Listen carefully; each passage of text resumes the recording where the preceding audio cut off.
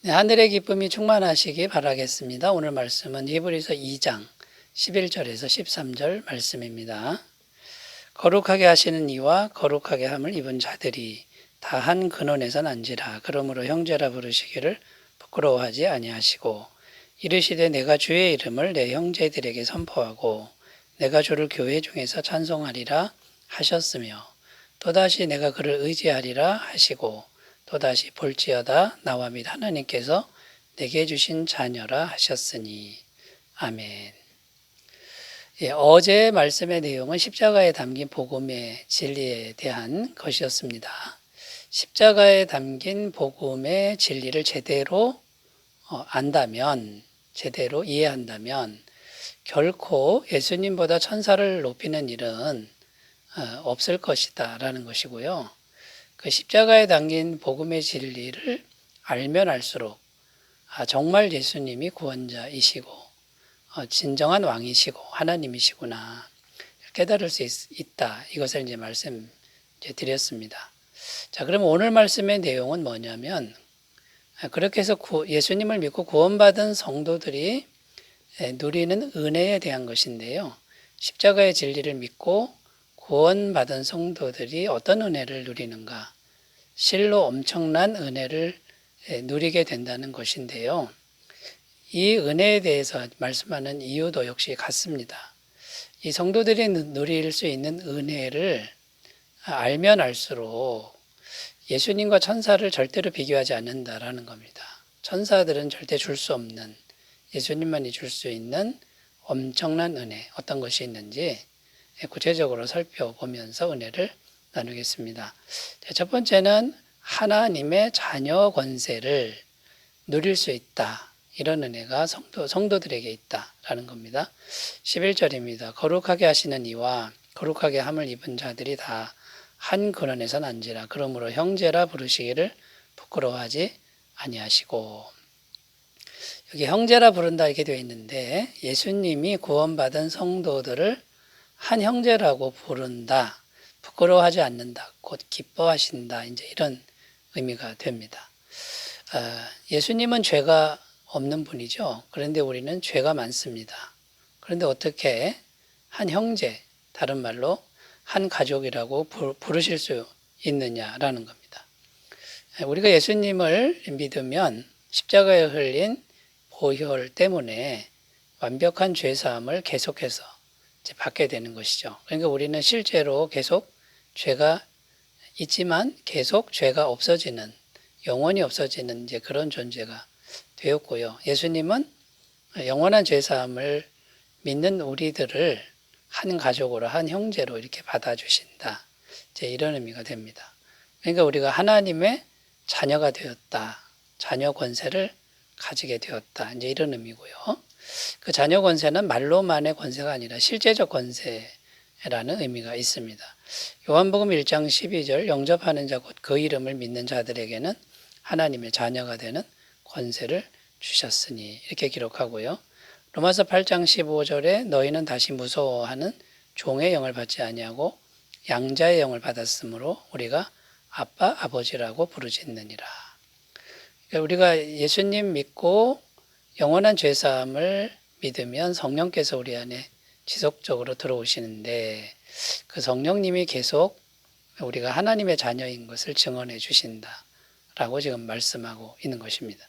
자, 여기서 우리가 오해하지 말아야 할 것은 예수님과 우리가 한 가족이 되었다고 해서 질적으로 하나가 똑같다 이렇게 생각하면 안 된다라는 겁니다. 예수님은 죄가 하나도 없는 하나님이시지만 우리는 여전히 죄가 많은 인간에 불과하다라는 겁니다.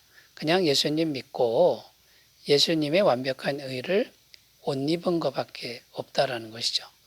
그러나 여러분, 예수님의 이 의를 옷 입었지만 이 권세는 실제적인 권세랍니다. 권세라는 것을 믿으시라는 겁니다.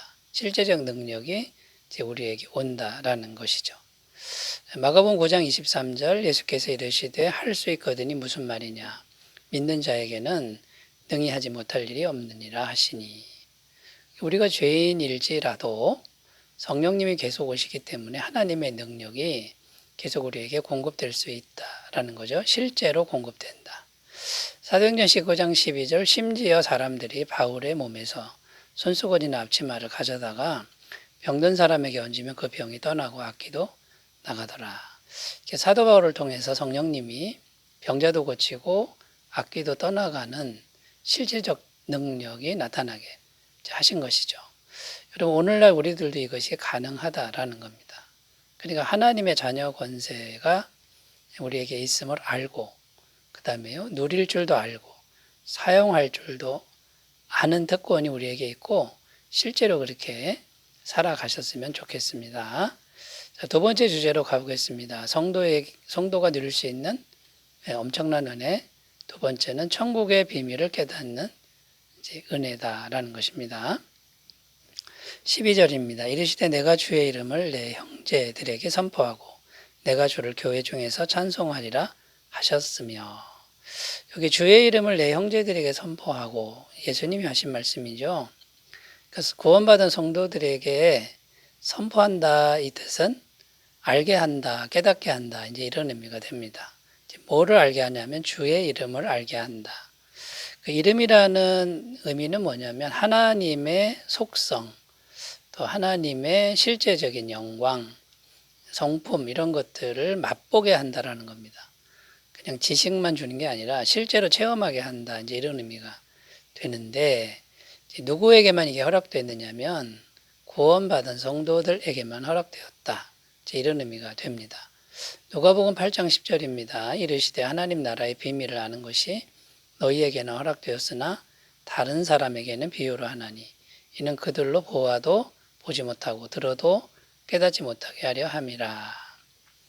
그러니까 성도들에게는 깨달을 수 있는, 볼 수 있는 은혜가 허락됐으나 불신자에게는 허락되지 않았다라는 거죠. 골로새서 1장 26절 이 비밀은 만세와 만대로부터 감춰졌던 것인데 이제는 그의 성도들에게 나타나고, 그러니까 천국의 비밀은 성도들에게만 열려져 있다라는 겁니다. 그런데 여러분 이게 엄청난 은혜라는 겁니다. 성도들은 항상 빛 가운데 살게 되고요. 빛이 충만한 천국으로 이제 가게 되고, 이 비밀을 알지 못하는 불신자들은 어둠 가운데 살다가 결국은 지옥으로 가는 운명이 된다라는 것이죠. 자, 그런데 이 비밀을 알게 하시는 분이 성령님이다. 성경은 이렇게 증언합니다. 성령님은 우리가 구원받을 때, 죄사함을 믿을 때 우리 안에 계속해서 역사하시는 하나님의 영이시죠. 요한복음 14장 26절 보혜사 아버지께서 내 이름으로 보내실 성령 그가 너희에게 모든 것을 가르치고 내가 너희에게 말한 모든 것을 생각나게 하리라.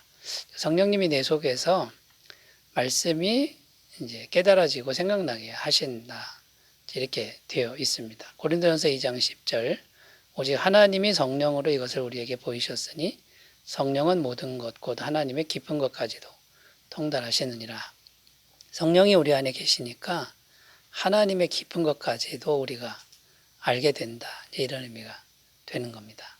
사랑하는 여러분, 성령님을 통한 천국의 비밀을 깨닫는 은혜는 엄청난 특권이고 엄청난 은혜입니다. 항상 이 깨닫는 은혜를 통해서 빛 가운데 걸어가시는 삶이 되시기 바라겠습니다. 세 번째 은혜로 가보겠습니다. 세 번째 은혜는 예수님의 믿음을 공급받는 은혜다라는 겁니다. 13절 또다시 내가 그를 의지하리라 하시고 또다시 볼지어다 나와 및 하나님께서 내게 주신 자녀라 하셨으니, 여기 내가 그를 의지하리라 이렇게 되어 있는데 예수님이 하나님을 의지한다 이제 이런 뜻이고요. 의지한다 이 뜻은 믿는다 이런 의미가 있습니다. 그러니까 예수님이 하나님을 믿으리라 이렇게 이제 해석이 되는데, 여러분 그 예수님의 믿음은 어떤 믿음이죠? 항상 믿는 믿음이고 조금도 변함이 없는 신적 믿음이죠.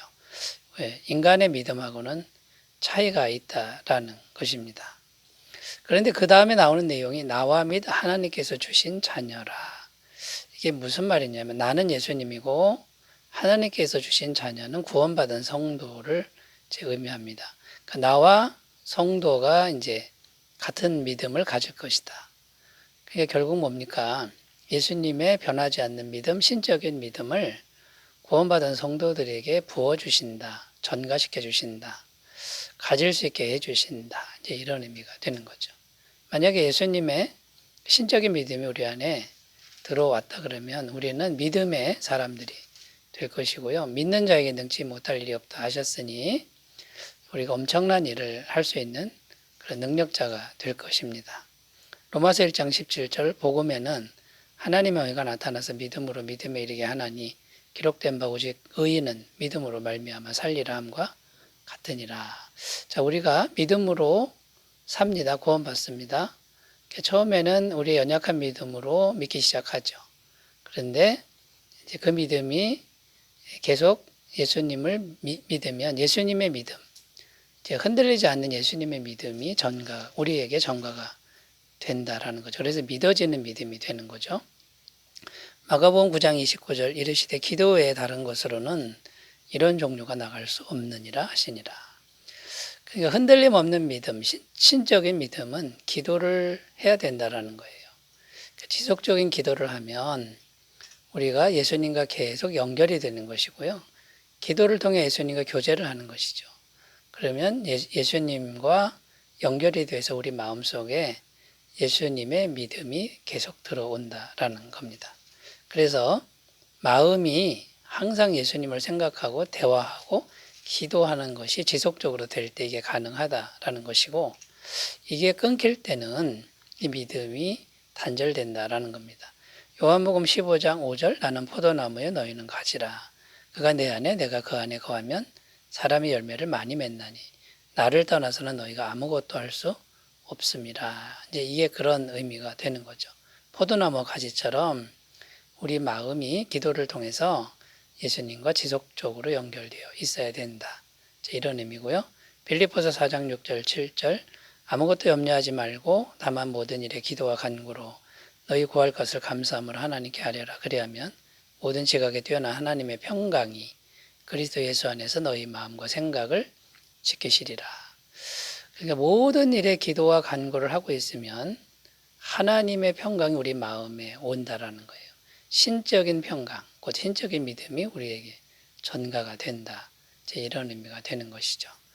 여러분, 구원받은 성도들이 누리는 엄청난 은혜에 대해서 오늘 말씀드렸습니다. 그래서 십자가에 피 흘려 죽으신 예수님을 믿는 그 복음을 믿는 그런 사람들이 누리는 이 엄청난 은혜 다 받아 누리고 사용하며 사시기를 바라겠습니다. 기도합니다. 하나님 아버지, 구원받은 성도들에게 있는 이 엄청난 은혜를 잘 알고 잘 누리게 하여 주옵소서. 예수님의 이름으로 기도드립니다. 아멘. 은혜 충만한 하루 되시기 바라겠습니다. 감사합니다.